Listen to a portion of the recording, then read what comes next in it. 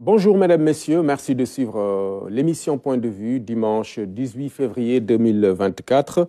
Après l'annulation de la loi constitutionnelle portant report de l'élection présidentielle, le chef de l'État a donc pris la décision de se conformer à cet arrêt du Conseil constitutionnel. Une nouvelle date est donc attendue. Elle devrait être fixée par le président de la République après consultation avec les acteurs. Nous parlons de cette situation politique avec M. Abdoulaye Diouf Sarr.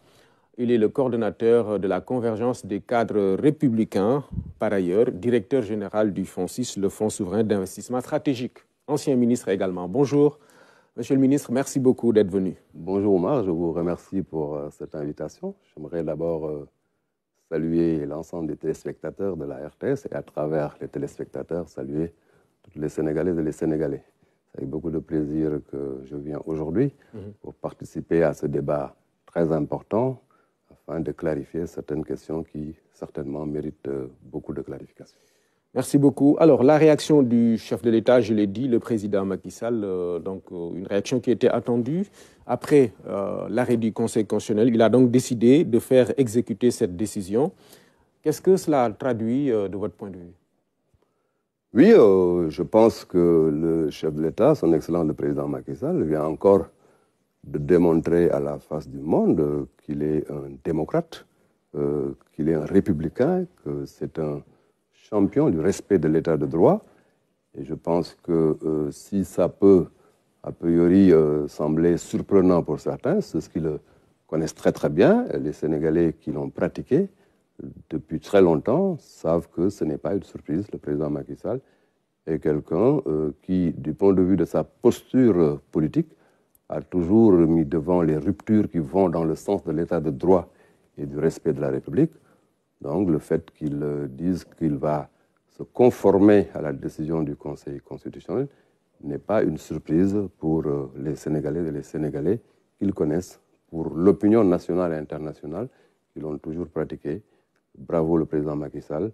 Vous venez effectivement à la face du monde de démontrer qu'il y a dans ce pays un chef d'État qui est droit à ses bottes pour respecter les fondamentaux de la République, pour respecter l'état de droit, pour faire en sorte que une jurisprudence s'installe de manière indélébile au Sénégal, c'est faire en sorte que nul ne soit au-dessus de la loi, quelle que soit sa posture, quelle que soit sa position, quel que soit son rang.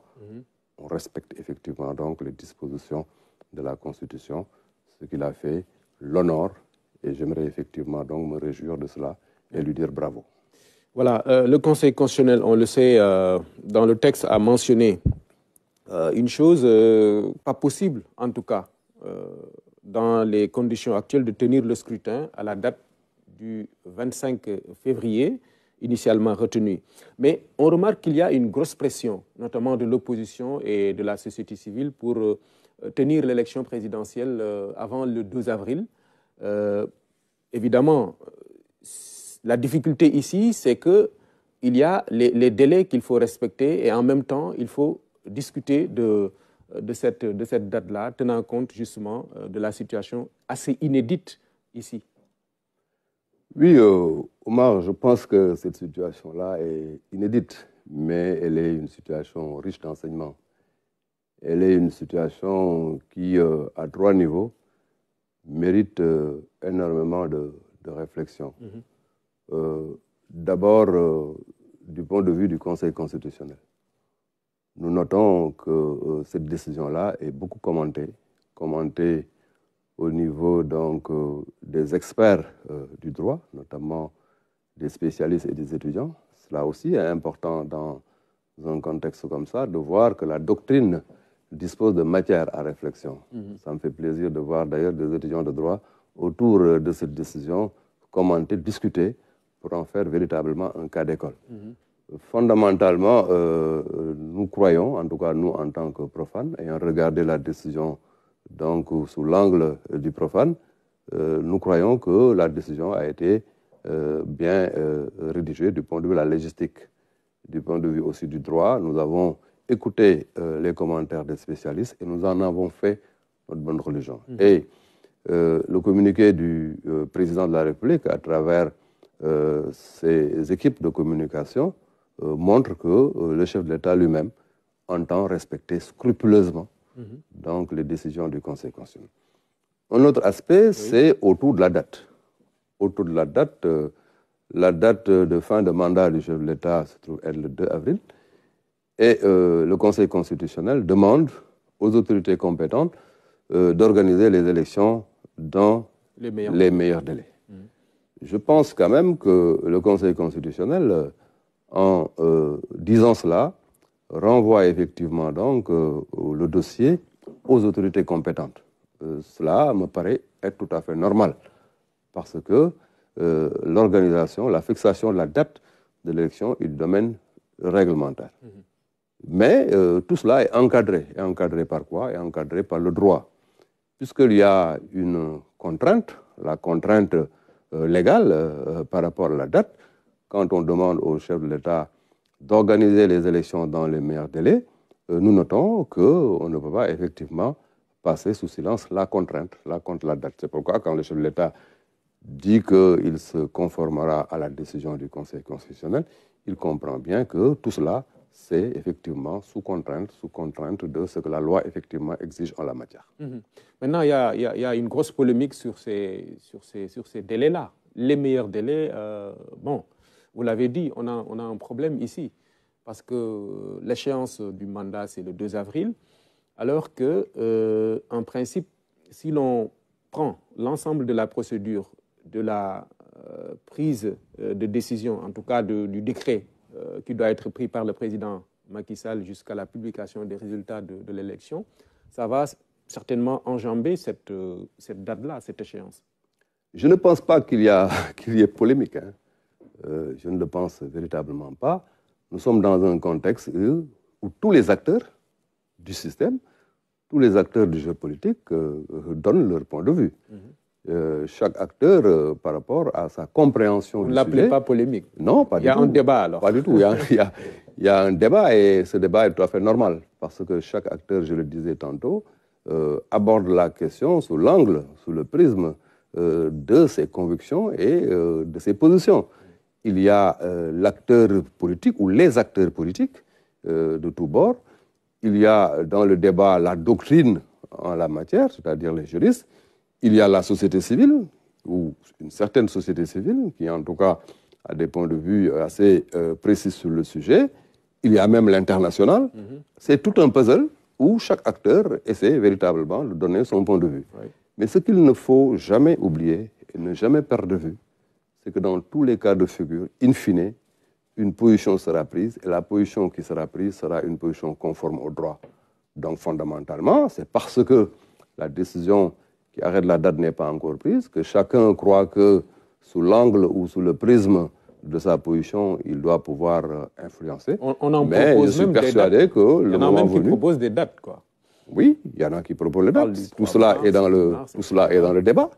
Mais l'autorité ou les autorités compétentes vont prendre effectivement la date conformément aux orientations du Conseil constitutionnel. Et je crois qu'il faut s'en réjouir et savoir que dans tous les cas de figure, à chaque fois qu'on pense que le Sénégal tremble ou va trembler, ou la terre va effectivement trembler, les Sénégalais retombent toujours sur leurs pieds de manière très honorable parce que, dans tous les cas de figure, même si fondamentalement on a l'impression que les acteurs sont dans un tourbillon, je ne sais pas si vous avez remarqué, Omar, il y a une main invisible qui est là, qui régule tout, et à la fin, on se rend compte que quelle que soit la situation, on retombe sur nos pieds, et cette main invisible-là, c'est l'État, et c'est l'État de droit. Et j'espère quand même que tous les acteurs, chacun en ce qui le concerne, va effectivement prendre une position dans le respect de l'État de droit. Vous le disiez à l'entame de vos propos, le fait de se conformer à la décision du Conseil constitutionnel montre que le chef de l'État est un homme qui est soucieux de la préservation de la démocratie sénégalaise. Mais comment comprendre alors ces diatribes qui viennent un peu de l'opposition, d'une partie de la société civile, pensant qu'il voulait effectivement prolonger son mandat, etc. Oui, mais moi je pense qu'il faut poser cette question aux tenants de ces positions. moi, en tant que coordonnateur de la Convention des cadres et en tant qu'acteur dans le champ présidentiel, qu'il connaît très bien, je suis persuadé que ces positions politiques ont toujours été dictées par l'intérêt du Sénégal. Je me souviens en 2012, sa position de rupture qu'il avait prise était une position conforme, effectivement, à sa conception des valeurs en politique.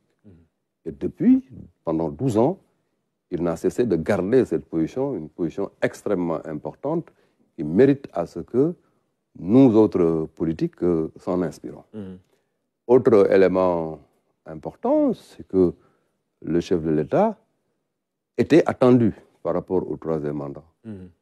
Et quel que soit d'ailleurs l'écosystème assez perturbé en son temps, il est resté constant, en introduisant d'ailleurs un élément qui aujourd'hui fait jurisprudence en politique, faire en sorte que la parole donnée soit opposable à l'homme politique. Je crois que ça aussi, c'est du Macky Sall.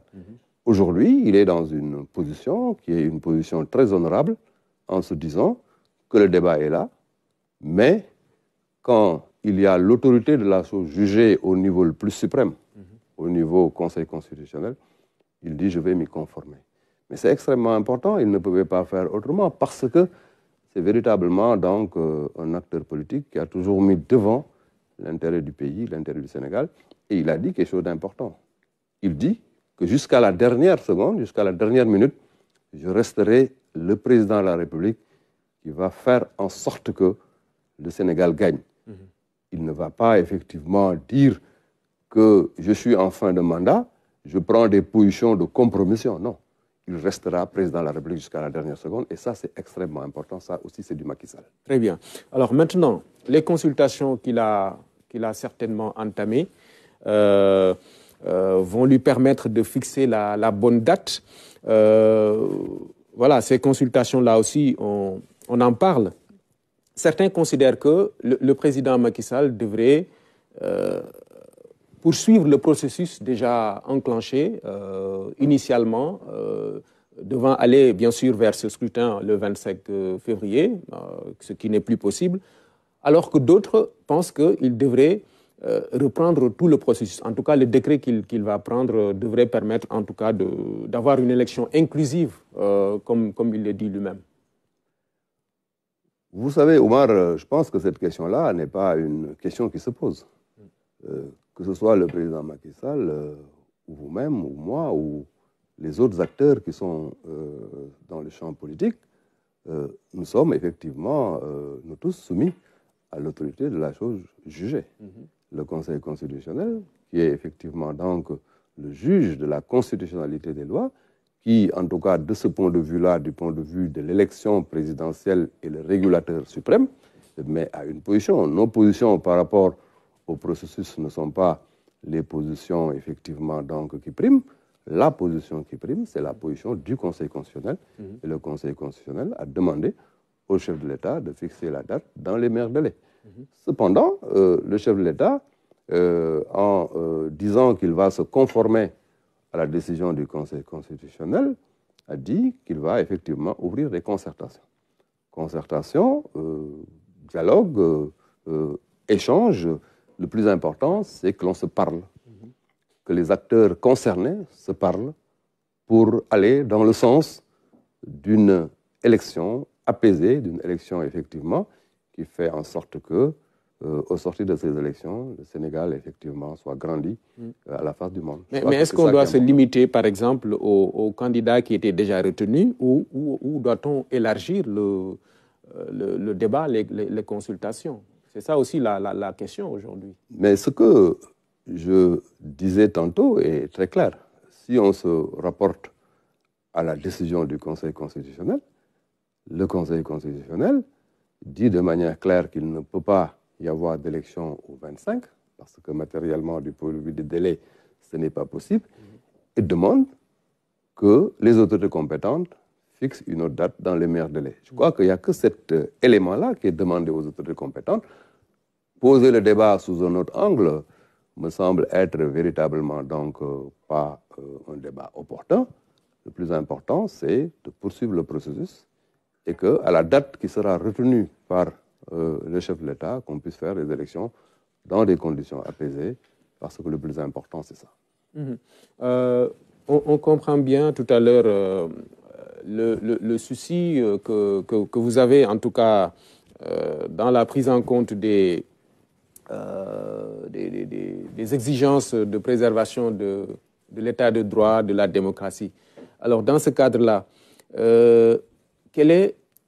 où est-ce que vous situez l'importance de ces concertations? On a dit dialogue, consultation, concertation. Aujourd'hui, dans le contexte actuel, comment est-ce que vous mesurez en tant que cadre républicain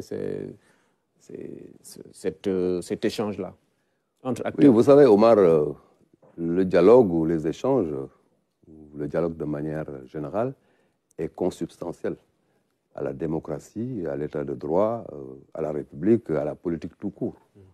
On ne peut pas faire de la politique en étant cloisonné. On ne peut pas non plus être dans un jeu démocrate en étant chacun dans son coin sans interrelation. Ce n'est pas possible. Le Sénégal, d'ailleurs, de ce point de vue, est assez avancé. C'est parce qu'au Sénégal, on est allé jusqu'à parler du statut de l'opposition et du statut du chef de l'opposition. C'est parce que dans notre loi fondamentale, il a été même question d'intégrer des éléments de dialogue.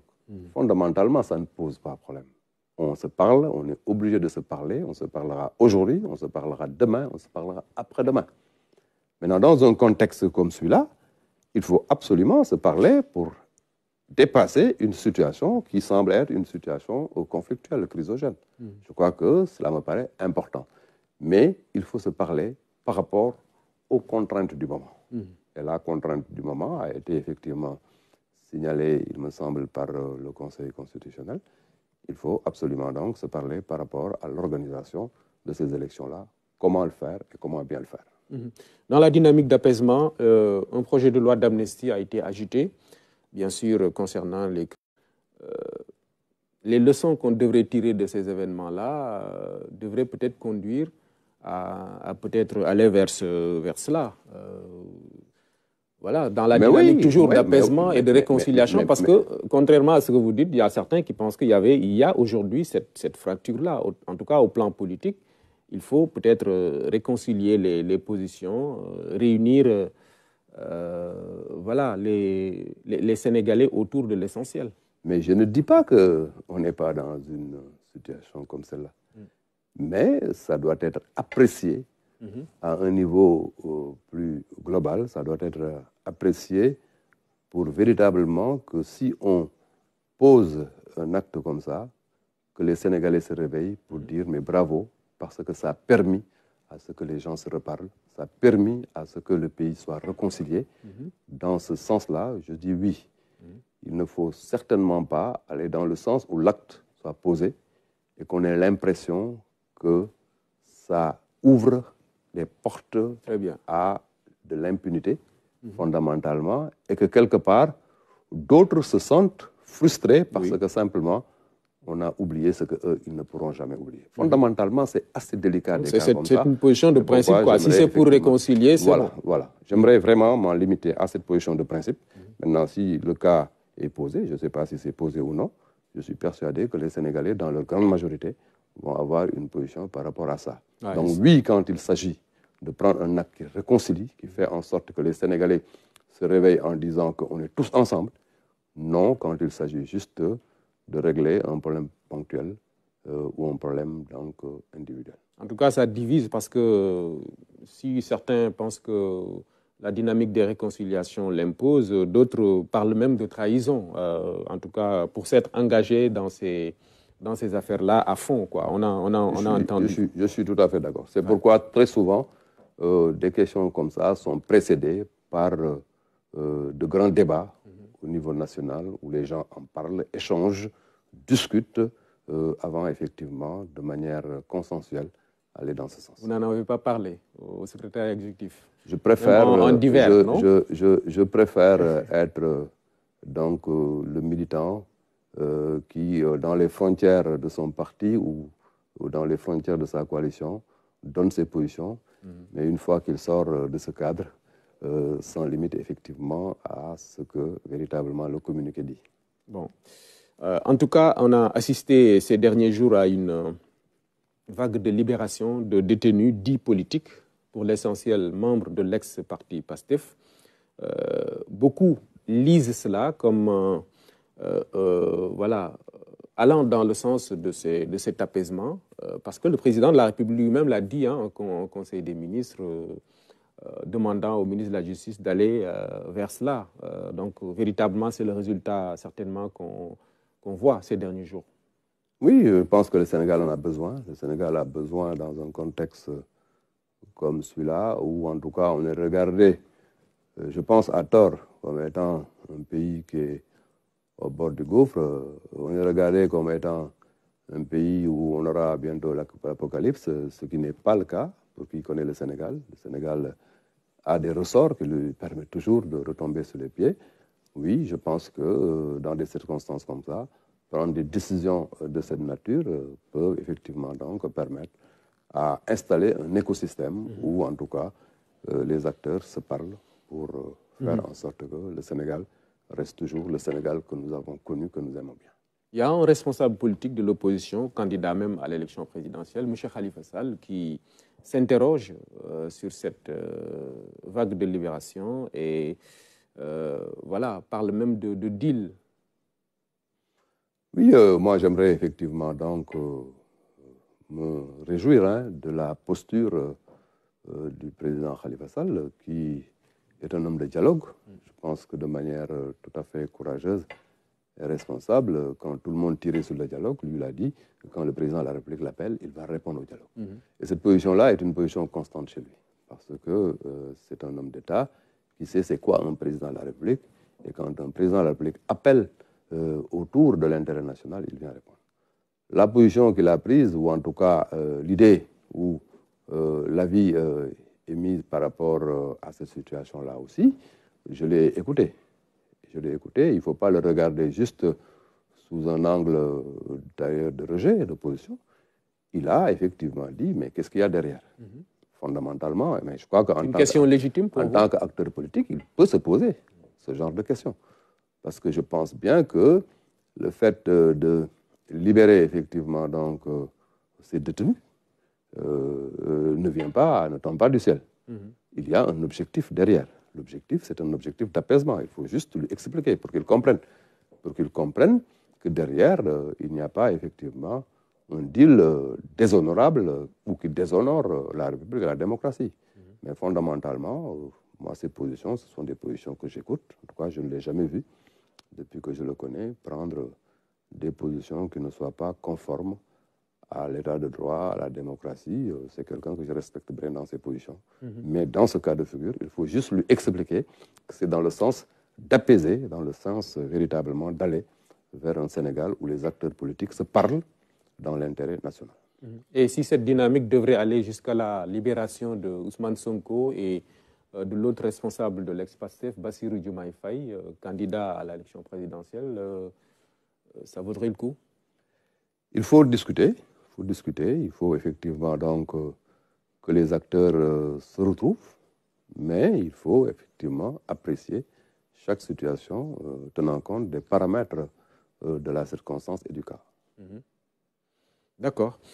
La commission d'enquête sur l'accusation de corruption contre le Conseil constitutionnel, on en parle, elle est enterrée parce que, évidemment, il y a l'ouverture d'une information judiciaire. Finalement, on ne sait pas quand est-ce qu'on saura la vérité sur cette affaire-là, connaissant le temps de la justice, bien sûr. Oui, Omar, de tout ce qui s'est passé, la chose qui me choque le plus, c'est qu'aujourd'hui, on a l'impression d'être dans un débat autour de la décision du Conseil constitutionnel, du point de vue de sa pertinence par rapport au temps de l'élection ou du report. On discute par rapport au dialogue, en termes donc de discussion des acteurs pour l'avenir, mais on semble oublier le fait générateur de tout ce qui s'est passé. Le fait générateur, c'est fondamentalement cette accusation gravissime qui met en cause l'institution judiciaire la plus prestigieuse, qui est le Conseil constitutionnel. Je pense que nous ne pouvons pas passer ça sous perte et profit. En tout cas, moi, intellectuellement, cela me choque. Et ça devait être une question préjudicielle. Ça, c'est vraiment le point de vue donc, de Abdoulaye Diouf Sarr. Ça devait être une question préjudicielle. J'ai entendu d'ailleurs donc, un ex-premier ministre parler dans ce sens. Et je partage ce point de vue-là. Nous ne pouvons pas dire qu'on a accusé de manière très grave des juges de la juridiction la plus prestigieuse du pays et qu'on se réveille et on n'en parle plus. Il faut absolument, si nous voulons que notre République tienne, si nous voulons que notre État de droit reste droit dans ses bottes, nous ne pouvons pas économiser le fait de clarifier effectivement cette situation. Cette situation doit être clarifiée. Peut-être que ce sera le cas, mais comme j'ai dit, peut-être, voilà, on avait une commission d'enquête mise en place qui n'existe plus du fait de cette information judiciaire ouverte. Mais peut-être qu'on ne le saura pas maintenant. mais oui, c'est ce que je dis. La commission d'enquête, j'ai vu effectivement le communiqué de la commission d'enquête signé par le président Mbow. Je sais qu'une information judiciaire est ouverte et conformément aux dispositions du règlement intérieur de l'Assemblée, quand une commission d'enquête est mise en place, dès qu'il y a ouverture d'une instruction, bon, la commission d'enquête ferme son dossier. Cela se comprend aisément. On est en instruction, les résultats, on les saura après. Peut-être après même l'élection. Peut-être après l'élection. Je crois que c'est en tout cas, c'est la direction qu'on prend. Mais moi, mon point de vue, et ça méritait d'être connu. Ça devait être une question préjudicielle. Ça devait être une question préjudicielle parce que c'est extrêmement important, c'est extrêmement grave. Et c'est d'ailleurs ça qui avait effectivement motivé le décret du chef de l'État qui abroge la convocation du corps électoral. Parce que, certainement, dans son entendement aussi en tant que militant de la République de l'État de droit, sur des questions aussi essentielles que ces questions-là, il estimait que ça devait être une question préjudicielle qu'il fallait clarifier avant d'y aller. Le Conseil constitutionnel en a décidé autrement. Il faut respecter effectivement l'autorité de la chose jugée, mais du point de vue de l'éthique politique, je pense que des questions comme ça ne doivent pas être étouffées. Il faut absolument les clarifier. C'est ça qui grandit la République, c'est ça qui sécurise effectivement dans notre pays. Il y a autre chose aussi. Cette accusation-là visait également le candidat de Benno Bokk Yakaar. L'accusation qui visait le candidat de Benno Bokk Yakaar, nous estimons effectivement que ce n'est pas une accusation fondée. Mais même si nous estimons à notre niveau que ce n'est pas une accusation fondée, nous voulons que cette question-là soit clarifiée, non seulement dans l'intérêt de notre candidat, mais dans l'intérêt effectivement du Conseil constitutionnel, mais dans l'intérêt de la solidité de nos institutions. Il est important de savoir, en dehors de toute considération donc partisane ou spécifique, il s'agit de notre système. Et ce système-là a effectivement des fondamentaux, un socle, et son socle le plus important, c'est le Conseil constitutionnel, qui, de ce point de vue-là, est attaqué. Je pense, de manière tout à fait libre, que cette question-là, en tout cas, si moi j'avais à la solutionner, j'allais en faire une question préjudicielle. Oui. Pourtant, il y a beaucoup qui s'interrogeaient sur le soutien de la majorité au PDS, voilà, c'était pas, ou bien c'était dans le sens de non, le soutien de la majorité au PDS était un soutien tout à fait logique. Hein. Le PDS, son groupe parlementaire Liberté, Démocratie, Changement, a introduit une proposition de loi en s'appuyant sur des choses d'une dimension assez importante et grave. Un groupe parlementaire responsable ne peut pas ignorer cela. Le soutien, de mon point de vue, était un soutien évident pour clarifier une situation qui, normalement, si elle n'est pas clarifiée, fragilise la République. Mais d'autres l'ont compris comme une façon de montrer leur opposition à Malouba, le candidat de la majorité. Non, pas du tout. Le candidat de la majorité... Il était de l'intérêt de la majorité de clarifier, c'est ça? Oui, vous voyez, dans des situations comme ça, il faut savoir raison garder.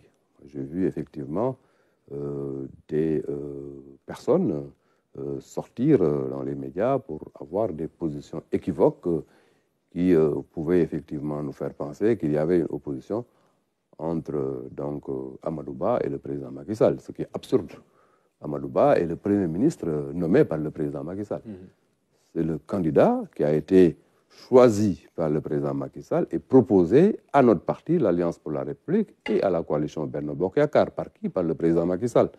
Donc, dire des choses assez absurdes comme ça ne me semble pas être véritablement logique et pertinent, non.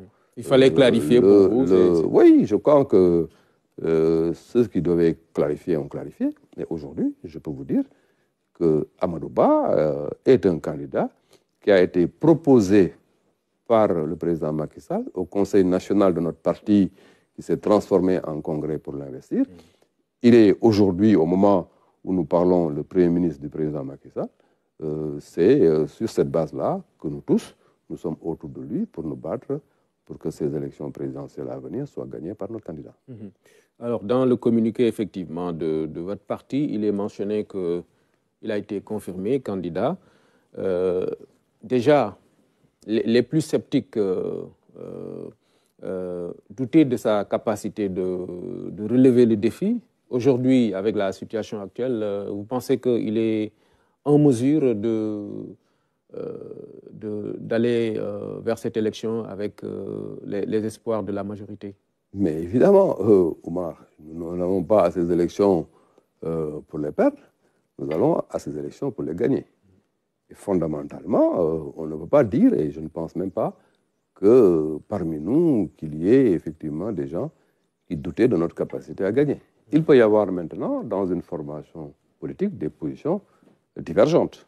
Il peut y avoir effectivement, dans une formation politique, des personnes qui ne tirent pas effectivement sur la même direction.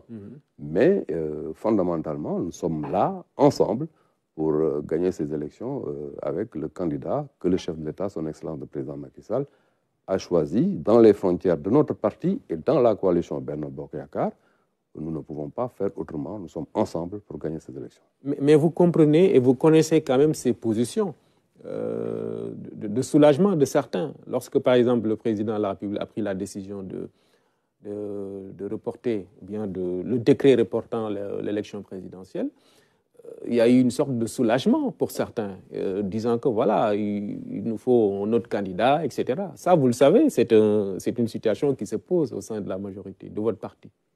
Vous savez, quand on a décidé d'aller aux élections, il y a eu un débat dans le parti, le débat de la candidature à la candidature. Moi-même qui vous parle, j'étais candidat à la candidature. Mais cette question-là a été discutée dans les frontières de notre coalition de la manière la plus démocratique. Et je crois que ça aussi, c'est du Macky Sall. Il a, de ce point de vue-là, démontré qu'il était capable, dans le cadre de la coalition et dans le cadre du parti, d'installer un débat pour qu'on sorte véritablement un candidat. Et il nous a choisi le candidat Amadou Ba. Dès lors, le débat, effectivement, autour du candidat ne se posait plus. Il se posait désormais un challenge sur le combat pour gagner les élections. Quand le chef de l'État a pris la décision d'abroger donc la convocation du corps électoral, je ne pense pas que le sentiment qu'il y avait dans le parti était un sentiment de soulagement par rapport à une non-préparation, non. Pas dans le parti, mais chez certains responsables et militants. Non, moi je... C'est une réalité, hein. Je pense que... Non, pas du tout. Peut-être que chacun, au niveau où il est, a sa manière d'apprécier les choses. Mais moi, j'estime que le parti, au moment effectivement donc, de démarrer ces élections, était prêt à y aller. Maintenant que cette décision est prise, on avait peut-être plus de recul pour avoir plus de préparation et plus de dynamisme dans notre approche des élections. Mais, encore une fois, il est important qu'on arrête ce débat sur le candidat Amadou Ba par opposition à Amadou Ba et le candidat choisi par le président Macky Sall pour la coalition Benno Bokk Yakaar. Et nous devons tous être autour de lui pour gagner les élections présidentielle à venir. Vous l'avez dit, vous avez à un moment postulé. Qu'est-ce qui vous a convaincu de la nécessité de venir faire bloc autour du candidat Amadou Ba? Mais le respect de ma parole, le respect de mes principes. J'étais candidat à la candidature dans le cadre d'un parti et dans le cadre d'une coalition. Si j'étais candidat, je n'allais pas effectivement reculer, mais puisque j'étais candidat à la candidature en respectant des principes de choix, si effectivement donc ces principes de choix ont décidé pour un autre candidat, ma conviction effectivement et mon principe me dictaient de respecter ce que j'avais dit. C'est moi qui avais dit que bon, j'attendais que le président de la République, sur la base de critères, choisisse, et s'il choisit, je le soutiens. Il a choisi, je l'ai soutenu. Je suis conforme à mes convictions et à mes principes. Alors, si on met de côté le débat politique qui est agité autour du respect du calendrier électoral, etc., une élection, c'est ici un bilan, là, peut-être des programmes venant de l'opposition. Bilan, bien sûr, évidemment, côté candidat ou le pouvoir. Qu'est-ce qui doit convaincre pour vous, les Sénégalais, de la nécessité de penser que le candidat de la majorité, M. Amadou Ba, est le bon? Beaucoup de choses. Moi, je pense que les Sénégalais qui nous regardent savent que le Sénégal de 2012 n'est pas le Sénégal de maintenant. Il y a énormément de choses qui ont évolué, aussi bien sur le plan économique, sur le plan social, sur le plan de la gouvernance, sur beaucoup d'aspects, et même sur le plan politique. Aujourd'hui, ce débat politique que nous vivons est un débat, même si certains le regardent sur un prisme catastrophique, c'est un débat intéressant du point de vue du développement politique de ce pays. Donc le Sénégal est un pays qui va droit sur l'orbite de l'émergence. Le candidat Amadou Ba, qui est choisi par son excellent le président Macky Sall pour porter effectivement donc, le combat de notre coalition pour gagner ces élections, est un candidat qui va s'adosser sur cette base, sur ce socle, sur tout cet écosystème de l'émergence pour apporter véritablement donc énormément de choses pour permettre d'aller encore vite sur les changements qui vont nous positionner de manière indélébile sur l'orbite de l'émergence. Je pense aujourd'hui qu'il faut absolument choisir le candidat qui ne va pas perdre du temps à apprendre. Il faut prendre le candidat qui est déjà rodé, qui va tout de suite être immédiatement opérationnel pour que le Sénégal s'installe de manière irréversible sur l'orbite de l'émergence. Je pense que c'est ça. C'est aussi le candidat de la paix. C'est le candidat de la stabilité de ce pays. C'est le candidat qui comprend que c'est dans la paix, dans la stabilité, dans la convergence des cœurs et des esprits que nous pouvons effectivement faire le Sénégal que nous voulons. Oui, c'est un candidat qui rassure, c'est un candidat effectivement qui va s'adosser sur tout ce qu'on a fait, où il était un acteur majeur pour pousser effectivement à un niveau d'accélération encore plus assumé. Donc sur la base de tous ces paramètres-là, la majorité ne devrait pas avoir peur d'aller vers ces élections-là. Mais on n'a jamais, disent certains. Mais on n'a jamais peur. Mais pourquoi vous voulez que la majorité ait peur pour ces élections? Non, pas moi. La majorité. Je rapporte des positions qui sont. Non, la majorité comment dirais-je, aborde ces élections avec optimisme. La majorité sait effectivement donc que nous devons être ensemble pour gagner ces élections.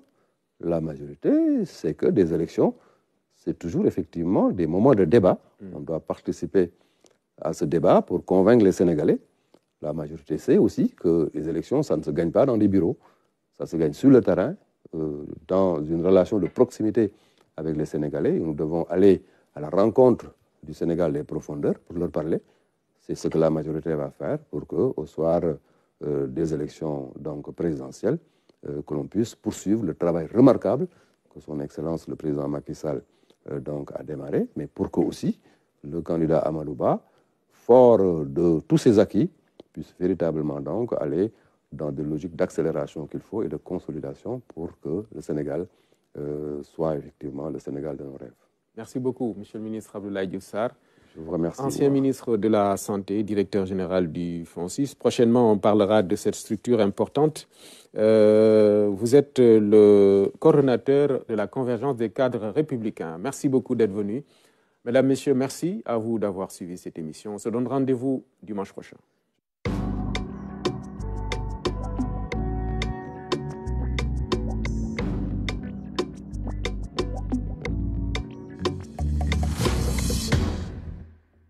Voilà, monsieur le ministre jërëjëf.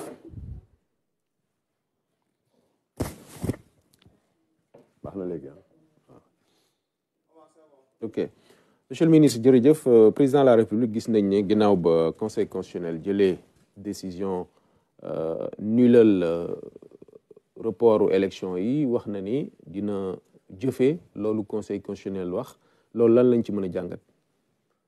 waaw Omar maa ngi lay gërëm si question boobu yaakaar naa ne président de la République son excellence le président Macky Sall wanaat na Sénégalais yi que ne président la boo xamante ne bu mu fa nekkee 2012 ba léegi jógewul si wane effectivement que ne moom li ko intéressé mooy intérêt réew mi li ko intéressé mooy jàmmi réew mi li ko intéressé mooy mu nekk président boo xamante ne day wane toujours yoon wi si wàllu respecter effectivement lan mooy Sénégal ak lan mooy ay règlement am lan mooy ay loi am donc mën na am ñu mu bett mais man en tout cas bokkuma si ñu mu bett gëm naa ne mu fekkee ba léegi li mu mës a def mooy lépp loo xamante ne donc Sénégal daf ko teg si wàllu loi ak règlement rawatina ndëkk lu conseil constitutionnel wax daf koy topp d'ailleurs bi mu taxawee ne moom dootul bokk si élection yi parce que daf ko waxoon dugal na si suñu taarix si wàllu politique loo xamante ne amu fi woon mooy respecter la nga waxoon donc loolu